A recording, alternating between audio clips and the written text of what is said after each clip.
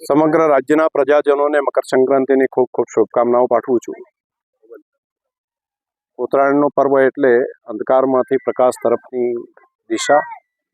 આજના દિવસથી સૂર્યનારાયણ ભગવાન મકર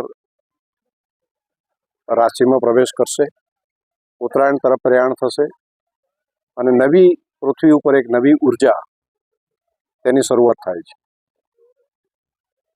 ઉત્તરાયણનો પર્વ એટલે અહીંયા આપણે ત્યાં દાન પુણ્ય માટેનું પર્વ છે.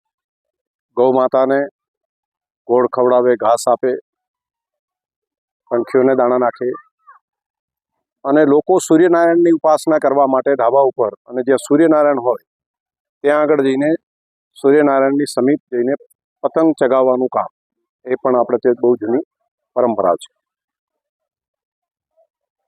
થરાદના પ્રજાજનોને આજે મારે શુભેચ્છાઓ સાથે રાજ્ય સરકારે જે એક ભેટ આપી છે, ખાસ કરીને શહેરી વિકાસ વિભાગ માન્ય મંત્રી શ્રી કનુભાઈ દેસાઈ એમના ડિપાર્ટમેન્ટ દ્વારા રાજ્યના મુખ્યમંત્રી ભૂપેન્દ્રભાઈ પટેલ અને ઉપમુખ્યમંત્રી માન્ય હર્ષભાઈ સંઘવી, આ બંનેનો મારે આભાર માનવો પડે કે જેમણે થરાદ નગરપાલિકાને ક વર્ગની નગરપાલિકામાંથી અ વર્ગની નગરપાલિકામાં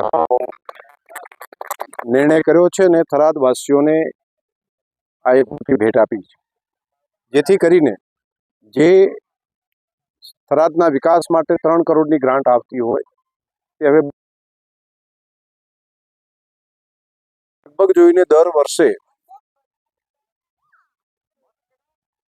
25 કરોડ કરતાં વધારાના નાણાં એક જ વર્ષની અંદર વધારાના જે પહેલાં આવતા હતા એના કરતાં આવશે, જેથી વિકાસનું કામ ખૂબ તેજ ગતિથી થશે.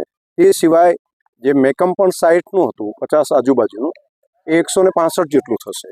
એટલે લોકોની સુખાકારી માટે પણ સરકારી તંત્ર આટલા મોટા પ્રમાણમાં કામ કરશે. તો આવનારા સમયમાં જિલ્લા કક્ષાનું નગરપાલિકા એ આપણી થરાદ બને અને અહીંયા આગળ લોકોની સુખાકારી વધે તે માટેનું ઐતિહાસિક નિર્ણય આજે રાજ્ય સરકારે કર્યો છે અને થરાદના પ્રજાજનોને ઉત્તરાયણની ખૂબ મોટી ભેટ આપી છે.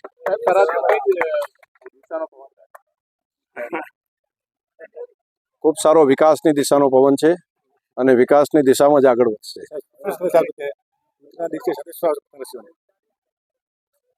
પતંગ ચગાવો, આનંદ કરો, પરંતુ પોતાનું ધ્યાન રાખો, ક્યાંય પડી ન જવાય તેનું કેર લે. વાહન કે વ્હીકલ હોય ત્યાં પતંગ લૂંટવામાં ક્યાંય ભૂલ ન કરીએ, બાળકોને ખાસ કરીને કહું છું. અને સાંજના સમયે જ્યારે પંખીઓ પોતાના માળા તરફ જતા હોય એ વખતે પતંગ ચગાવવાનું આપણે ટાળીએ. સાંજના સમયે 5 વાગ્યા પછી જ્યારે બિલકુલ ઠંડ થતી હોય છે અને પંખીઓ ત્યારે વધારે ઉડતા હોય એ વખતે આપણે પતંગ ન ઉડાડીએ, આવી પણ બધાને મારી વિનંતી છે. દિવસ એન્જોય કરે બધા, પરંતુ સાંજનો સમય આપણે પ્રકૃતિ માટે પણ ધ્યાન રાખીએ. ગાય માટે પણ એટલો બધો ગોળ કે લાડુઓ ન ખવડાવી દઈએ કે ઘણી વખત વધારે પડતું ખવડાવવાને કારણે એક જ દિવસે પુણ્ય ના કરી દઈએ, બીજા દિવસે પણ ખવડાવી શકાય, ત્રીજા દિવસે પણ ખવડાવી શકાય. બધા લોકો એક જ દિવસે જો વધારે પડતું ખવડાવશે તો કોઈ ગૌ માતાને પણ તકલીફ ન થાય તેનું પણ ધ્યાન આપણે રાખવું પડે. કૂતરાઓ માટે પણ આજે બનાવેલું છે એની જગ્યાએ આજે બનાવીએ, હજુ કાલે બનાવીએ, પરમ દિવસે બનાવીએ, તો રોજે રોજ ખવડાવવાની વ્યવસ્થા પણ આપણે કરીએ.